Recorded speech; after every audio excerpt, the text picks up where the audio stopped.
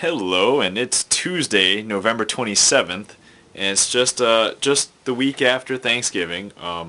If you guys couldn't tell, I got a little haircut. Uh, I don't know if you think it looks good, but I got it anyway, so it doesn't matter. Anyway, had a great time during Thanksgiving. Unfortunately, did not get to watch a lot of movies. However, I am really backtracked on all my movie reviews. So, what I want to do is try to get a couple. I've also determined that I'm going to be changing the format of how I'm doing things. Instead of having 6 movie episodes, because it seems like I usually break them up into 2 parts anyway, I'm going to try to do 3 movie episodes, but hopefully more often because it won't be quite as overbearing. So anyway, I want to start with a movie that kind of, I think, hit a lot of American people close to home when they saw it. However, it is highly controversial, and there are many people to both sides. But the newest Michael Moore documentary, it's called Sicko. Now, the thing about Sicko is that it's this documentary movie by Michael Moore, and he speaks about the American healthcare system. I think the huge point that he's trying to drive here is that the United States, the United States is the only country in the world, okay, only civilized country in the world that does not have universal health care. Now, if we look around the world, I don't think there's any denial that every other country in the world has universal health care. Now, as we all know, Michael Moore does embellish, some facts and tries to, skew things his way. But I guess for the bare bones, he's just trying to bring the issue up and, get everybody informed. I know there are a lot of people out there who really dislike his particular methods of going about this. But, honestly, I think the guy has guts. I don't really mind him because he really kind of brings about, some things. And he's just, I don't know. He's willing to put himself out there on the line just for, I guess maybe for the quote-unquote better good. I don't know if that's correct phrase, but anyway, I'm not like a wholehearted supporter of Michael Moore, but I don't really hate him, so it's just, I think he's a good guy. But anyway, beyond that, pretty much the movie goes through, there's a lot of examples of how people in the United States don't actually have enough money to afford, like, health insurance, and health insurance is how, people can get paid for their medical expenses, or, pay for their medical expenses. And everywhere else, it seems like they have some sort of, like, higher taxing system that kind of, centralizes this, healthcare giving. So, I mean, it's like the fire department and the police department. And honestly, I've spoken with a couple of people who live in Canada because my roommate's girlfriend, she lives in Canada, and she's told us that the movie isn't quite 100%, true, but anyway, other than that, I thought it's a fairly strong argument anyway, and it really hits close to home, especially if, you're sick or you have loved ones who are sick and they can't afford health care. But definitely think it's definitely worth a watch, just so that you know what's going on if you don't already know. And if you already know what's going on, you probably don't really need to be told. Only if you really want to feel empathetic about the stories of people who couldn't afford health care.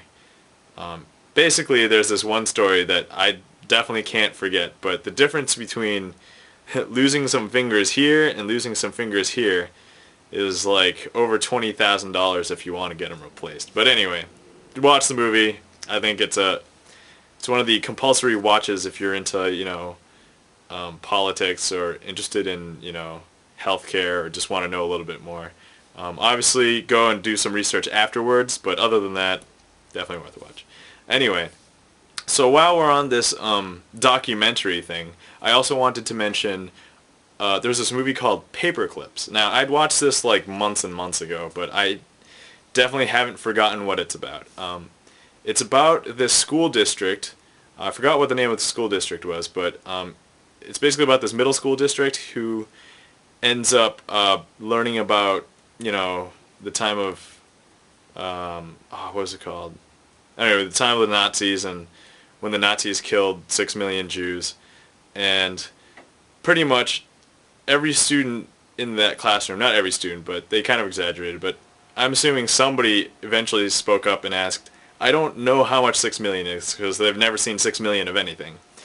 And pretty much this project started, and they tried to collect one paperclip for each and every person who was killed by the Nazis.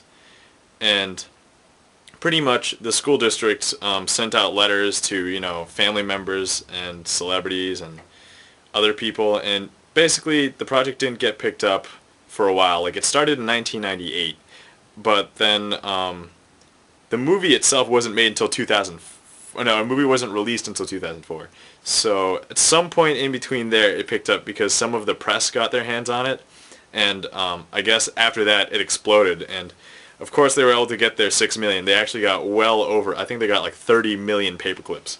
But anyway, it's pretty much the history behind why they did this project, and how they went about doing this project, and some of the other people involved that helped affect the outcome of this project. So it's very interesting, very, very compelling. Kind of makes you feel a little bit, but I think at the end result is there's now a boxcar that has all of these paper clips, I think right on their school grounds, and I think you can go visit it. So it's pretty cool. It's a very good documentary, very, it's very historical, very important, I feel.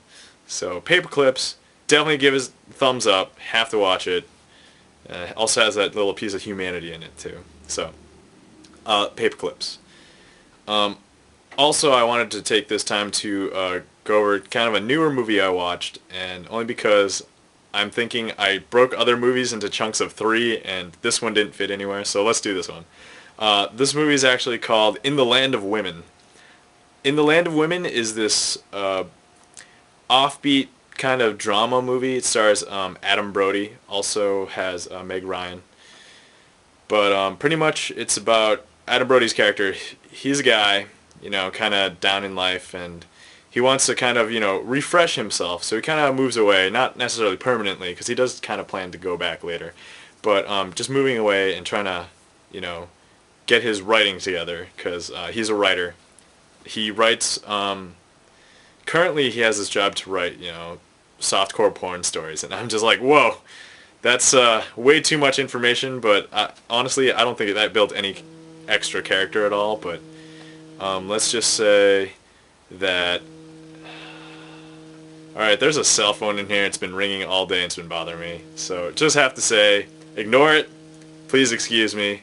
I don't even know whose it is. It's just there, and it's been ringing and vibrating. Anyway, so let me just tell you that it's this offbeat drama movie about this guy, and he ends up meeting 3 different women with 3 different outlooks on life, and it actually poses a lot of good philosophical discussion and thought, because I think the outlooks on life and their situations that are presented in the movie kind of help foster that. So let's just say I definitely thought it was a very good movie, kind of offbeat, a little bit different, and it's pretty much dramatic. Don't expect anything else out of it. So there isn't really any comedy. There's not really any action, whatever. But overall, very good offbeat drama. So definitely recommend that. Not quite for everybody, just only if you like really offbeat things. Anyway, so that's pretty much that. And I'm going to try to do another couple episodes at some point this week. Maybe even today, because I got some extra time. So we'll see. Alright, anyway, see you in a little bit. Okay, bye.